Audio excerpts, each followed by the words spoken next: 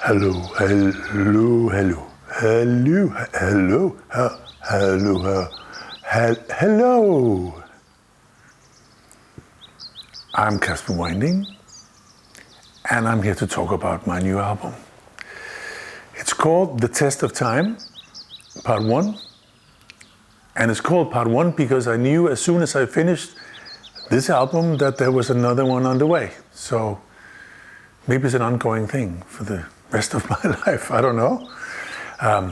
But instead of talking about my album kind of superficially, like just great songs, great album, go and get it, go and buy it, go and stream it, I thought it'd be fun to make a little film, a little clip every day that I post where I talk about one song at a time. So for you guys to get a little more into it and know a little bit more about why I did it, how I did it, and with whom I did it. 1, 2, 3, 4. Are there still stories left to tell? Stories to tell. The first song on the album. It wasn't the first song that I wrote for the album, but it was one of the first songs, and it was simply the opener. When I wrote it, there was no other way. And I think most songwriters or writers or artists in general have a fear of running out of material at one point. But I do believe that if we stick to being ourselves, we have endless stories to tell. It's when we try to be somebody else we have problems, because we try to second guess, or trying to second guess you guys, the audience, what do you like? And so let's start with ourselves and what do I like? And then I will do that, and hopefully you will like it too. So that's what the story is about. And that's what the song is about. Stories to tell.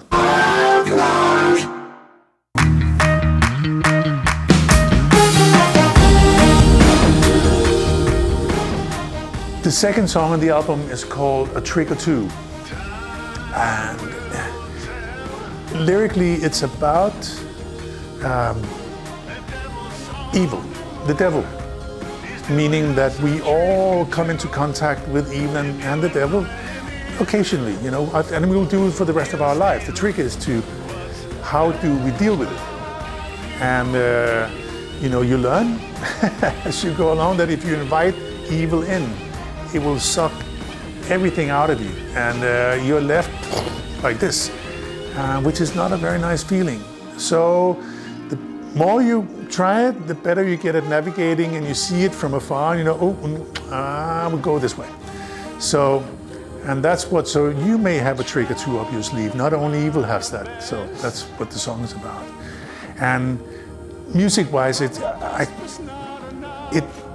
wanted to have this grand kind of a mix between this marching band horns and Led Zeppelin beats and and kind of all this middle part, R&B middle part. I don't know where that came from, but I like it. It's great. It's a great mix. Life will never be the same. Yes, welcome back. Life Will Never Be the Same is the song that I always wanted to write but never could. Or maybe I could, but I didn't dare writing, or I don't know what it is. It's the simplicity of it. Everything is in the right place. And it just wrote itself very quickly. And it was probably the first song I wrote. And it was during the first lockdown and here in Paris, where certainly, no cars in the streets, no airplanes flying, and suddenly the birds started to sing, and we were in the middle of the city. It was magic. And I kind of thought, yes, hold on to this one. We're not going back. We should not go back. Back was bad. And it's a beautiful song. It's very melancholy, which I like. And yeah, it's just about right. And I'm super proud of it.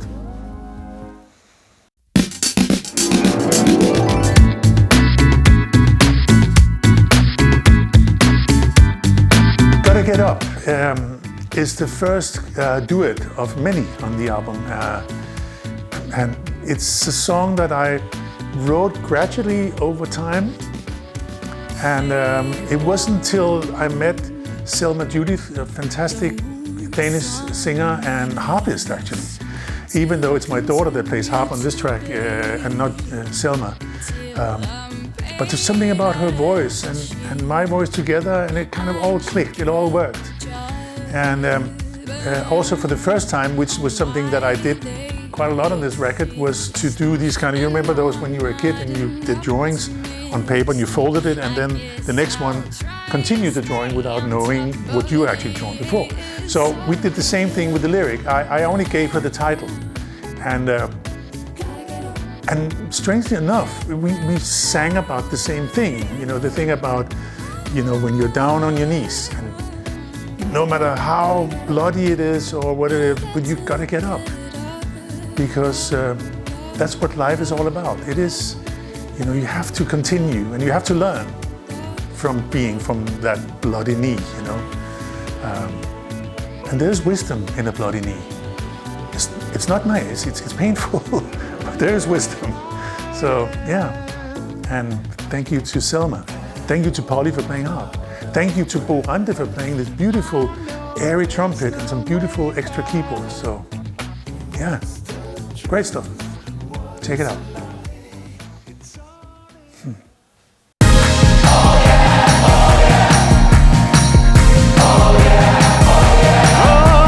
The fifth song on the album is called In the Pool of Love. And that is easy. It's about sex. And it's hard to talk about sex. Because it's much more fun to be part of than talk about it. But I wanted to try, and if I could explain in a song, if I could tell a story about what that thing, sex, having sex, is it possible? You know, without it becoming a bad porn movie or at least the script to a bad porn movie. I don't know. I think I got away with it. The music is great. And I also kind of like the lyric. So, you check it out.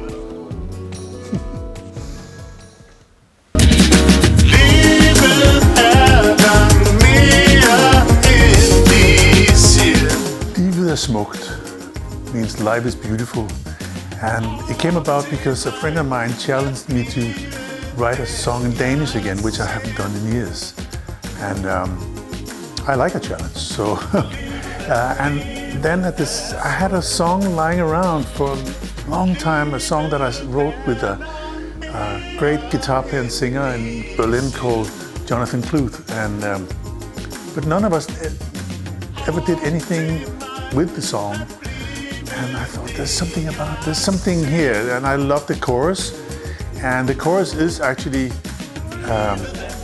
life is beautiful.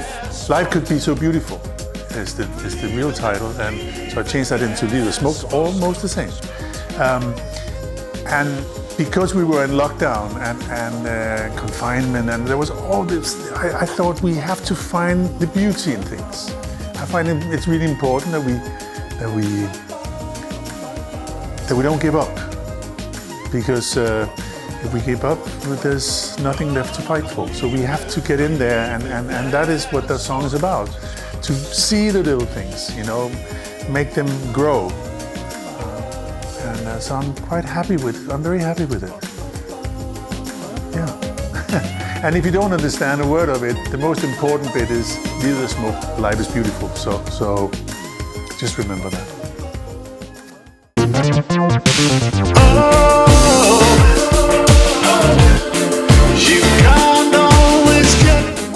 The seventh song on the record sounds almost religious. It sounds like a biblical thing. The seventh song is Let Me Rest Here Tonight. Let Me Rest Here Tonight is kind of this, I don't know, I think it was inspired a bit by George Benson in a funny way. And also a bit by Damon Albarn. I don't know why yeah. But I couldn't, first I thought, is that not me? Am I too close to somebody else? But I couldn't get away from it. So I thought, no, it is my take on things. And I like it. And it's basically about, you know, like Stephen Still said, if you can't be with the one you love, love the one you're with. And it may be even better, because you actually sometimes when we think we're in love with something or somebody, it's maybe just a dream, or it's like the perfect picture of something which turns out not to be that perfect when we actually get it. So instead of seeing what's in front of you, finding love where you are, which is much more sustainable and nice and better in the long term. So that's what it's about. I will follow you till the end of the world. Yeah, the 8th song. I love you, I love you. I always wanted to write a song called I Love You. I thought, why isn't nobody's really done that? I think everybody's too scared to be like corny or, like banal. I don't know. There's nothing banal in saying I love you. So when I got around to it, I decided to say it twice because I thought, the lid is off, so let's go for it twice. Again, quite often when I write lyrics, I write them and I don't really know if there's any particular address or it's for somebody or something. And with this one, I kind of realized when I was finishing the lyric that it's about everything I love, everybody I love. My kids, my wife, my family, my friends. Because, as I say, we've been through so much together. How can I not love you? How can we not love each other? And therefore I say it twice.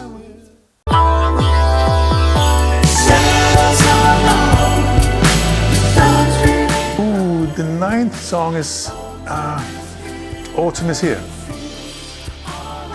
And it's about getting older. Shadows are long, the sun is bright, autumn is here and it feels all right. That's basically says it all. And it's finding the poetry in getting older, because we all are getting older. And I think it's nice. I think it's nice. And that is a love letter to getting older. Yeah? You should try it, getting older. It's good. It is good.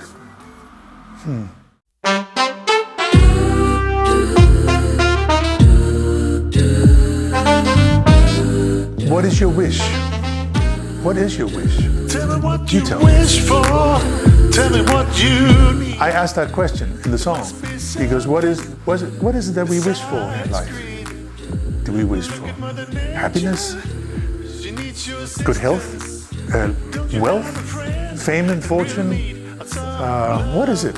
Do we wish other people well? Do we wish other people fortune and happiness and good health? That's the question. And I think it's an important question to ask oneself. What is it that we actually wish? And what do we wish for? And is it worth it? Or should we wish for something completely different? Generosity is the key word, I think. Greed is not the word. It is a word, indeed, but not worth saying too much. So let's go with generosity. Get up and move, baby, just get up and move. Get up and move, baby, just get up and move. Get up and move. There's another get up and do something. The first one was gotta get up. This one is get up and move. Two different things though, right? Because this song is about, it started out with Thomas Blackman and I had just got a new vocoder playing around with in the studio, and we came up with this lick and this riff that we played for minutes. I think the track used to play around for 10-15 minutes. And it's been lying around for a couple of years, and then I had time to kind of dig back into it, and Thomas did some other stuff on it, and then we wrote a verse, and certainly it was about a cowboy who likes disco. So it's a song about this cowboy who likes disco, and he goes to this nightclub, but he's a very shy guy, but he goes to a nightclub and meets this woman that just dances. Her dancing is fantastic, and he falls in love with her dancing, to the point where he gives up. She's too much for him. It's like, and his brother says to him, don't fuck this up. And so hopefully he doesn't. And the video is great. Oh, great. It's wonderful to watch those cowboys dance to this kind of track. I love it. Fantastic. Check it out. Don't you ever change your way. I'll Be There. It's a song that I wrote together with a Danish singer called Mads Langer. And we actually wrote it for his record originally. Then his record turned into a completely different record, and it was lying around, and I picked it up, and I then completely changed the track. And I started singing along with him, and then suddenly it became a duet. And I am not. What is the song about? It's a love song, but a love song to who, where, who, we. In my opinion, it's a love letter to our kids. But you have to ask Mads if he agrees. I don't know. But it's a lovely song, and I think our voices goes well together. And I like the arrangement. It's kind of weird, little, it's like there's something. It's kind of many styles for some reason gel into one. And I'm very chuffed with it. Yeah, good stuff.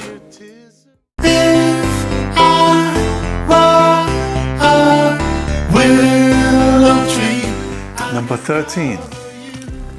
If I were a willow tree, I could cover you. If I. Yeah, it's a song about looking after each other.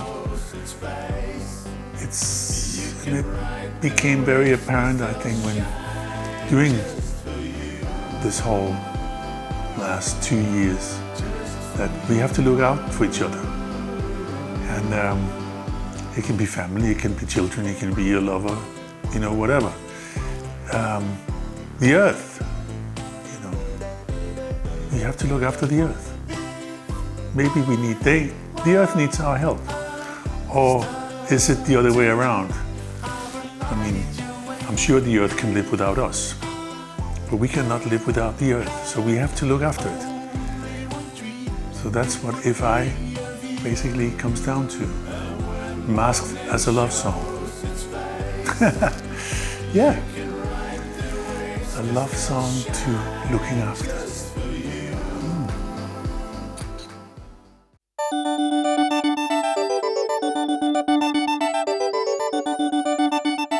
Number 13, All on My Own. It wasn't until after I recorded it that I realized that it was a kind of style of music that I haven't really played since I lived in New York in the late 70s, really. I was very young and very influenced by Talking Heads and Devo and all these bands, all the stuff that Eno and David Byrne did. And for some strange reason, that whole thing just came back to me it's been like brewing in my subconscious, and it came out as All on My Own.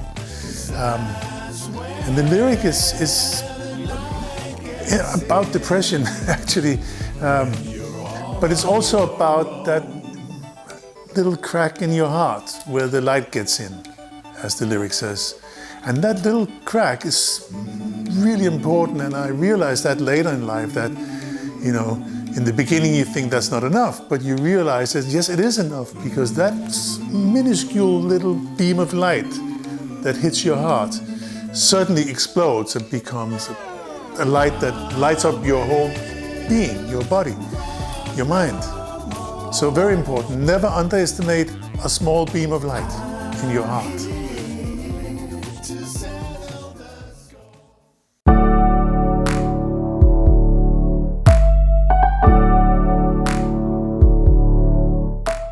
The Test of Time is the last song on the record, and it's a song that I sing together with the fantastic Åland. The Test of Time, it says a lot, that title, there's so much in that title, and my verse is about innocence, like when innocence stops and you become an adult, or you think you become an adult, or you're on your way to become an adult. Where Roland's verse is more once you have become an adult, and so it goes really beautiful together. And do we stand the test of time? You know, that is the big question. I think we all work towards it, and how do we get there? Generosity is the first thing that comes to mind. Funny enough, the more generous we are towards our surroundings, the lighter our own lives becomes, and I think then we will stand the test of time. Yeah. I hope it makes sense. It does for me. I want to thank you all for tuning in every day to these little clips, and hopefully they were helpful, and you learn a little bit more about me, my songs, why I did it, how I did it, where I did it, and with whom I did it. Now all I can hope for is that you guys go and stream the shit out of it or buy it. By the way, there will be a vinyl. If it's not already there, it will soon be there. So, you know, you can also buy a vinyl instead of flowers as a hostess gift for your dinner parties, or just because you want it. Also okay. Thank you so much and enjoy.